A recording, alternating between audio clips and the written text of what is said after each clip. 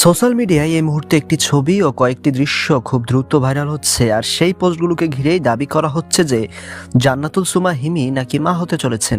শুধু তাই নয়, একই সাথে কয়েকদিন আগে ভাইরাল হওয়া কিছু ছবি ও ভিডিও দেখিয়ে অনেকেই বলেছেন এই সন্তানের বাবা হয়তো হিরো আলম।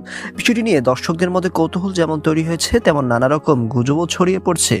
তবে আমরা যেসব ছবি ও ভিডিও ভাইরাল হয়েছে সেগুলো যাচাই করে যে তথ্য জানতে পেরেছি, এই দৃশ্যগুলো বাস্তব কোনো ঘটনা নয়। এগুলো মূলত হিরো আলম ও জান্নাতুল সুমা হিমির আসন্ন নতুন একটি নাটকের শুটিংয়ের অংশ। শুটিং সেটে ধারণ করা কিছু মুহূর্তেই কেটে ছেটে এমনভাবে ছড়ানো হয়েছে যাতে দেখে অনেকের মনে হয় সত্যি বাস্তবে এমন কিছু ঘটেছে। ভাইরাল ছবিতে যেটাকে গর্ভাবস্থার দৃশ্য বলে দাবি করা হচ্ছে, সেটিও নাটকের গল্পের একটি গুরুত্বপূর্ণ অংশ বলেই জানা গেছে। অর্থাৎ সোশ্যাল মিডিয়াতে যেভাবে বলা হচ্ছে, বাস্তবে সেই ধরনের কোনো তথ্যের প্রমাণ মেলেনি।